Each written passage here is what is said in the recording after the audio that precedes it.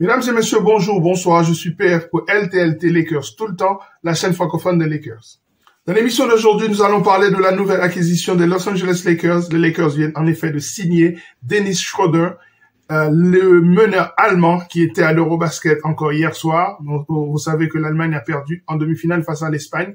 Dès lors, Schroeder a été éliminé. Il jouera le match pour la 4e place face à la Pologne. Nous allons analyser cette nouvelle acquisition des Lakers. Nous savons que Schroeder a déjà joué pour les Lakers il y a 2 ans. Ça ne s'est pas super bien passé. Nous allons voir dans quelle mesure cette acquisition est pertinente. Lakers tout le temps, c'est tout de suite. Step 1, wake up early, gonna rise with the sun. Step 2, get some good, some food in you. Step 3, think real hard about what you wanna be. Step 4, everybody just do your thing. Wake up, today's gonna be a good day. Wake up, today's gonna be a good day. Wake up, today's gonna be.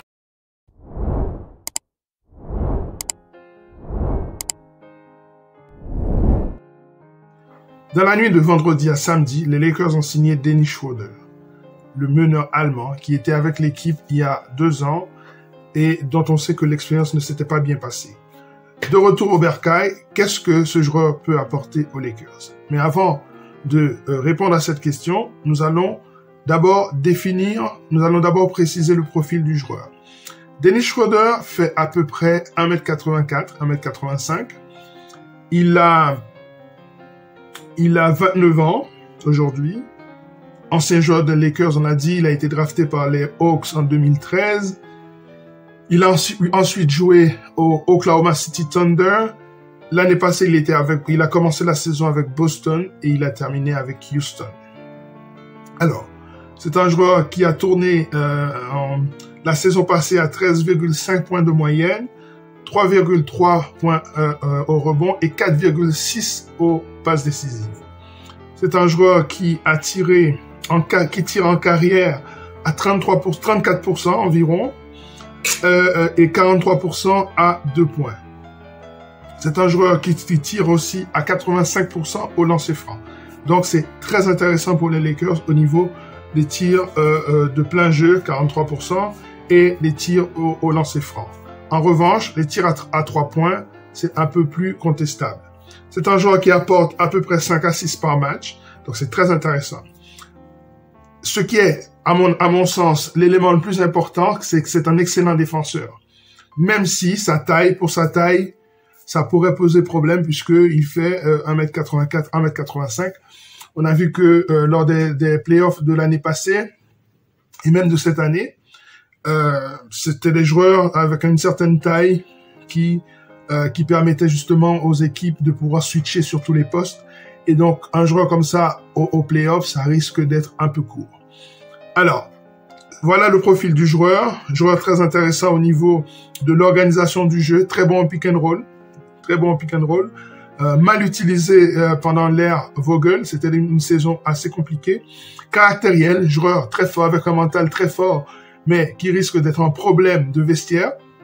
Il va falloir voir comment tout ça s'agence avec des joueurs, des têtes brûlées comme Russell Westbrook ou alors Pat Beverly.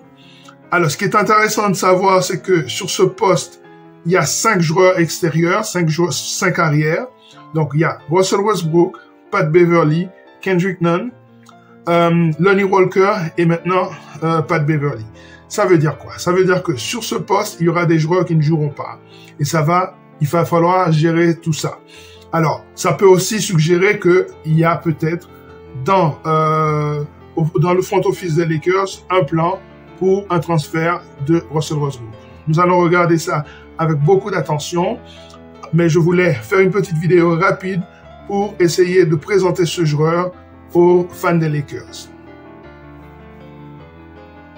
Voilà, ça en est terminé pour cette vidéo consacrée à Dennis Schroeder, l'ancien meneur des Lakers qui vient de revenir au Bercail après une saison où il a bourlingué entre les Celtics et les Houston Rockets.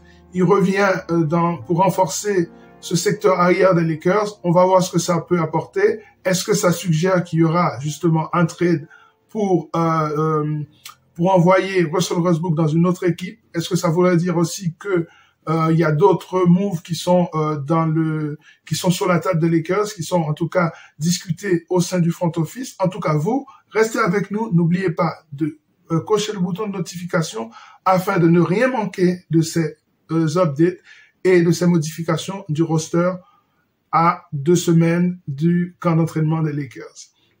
N'oubliez pas que par les temps qui courent, il est important de se divertir.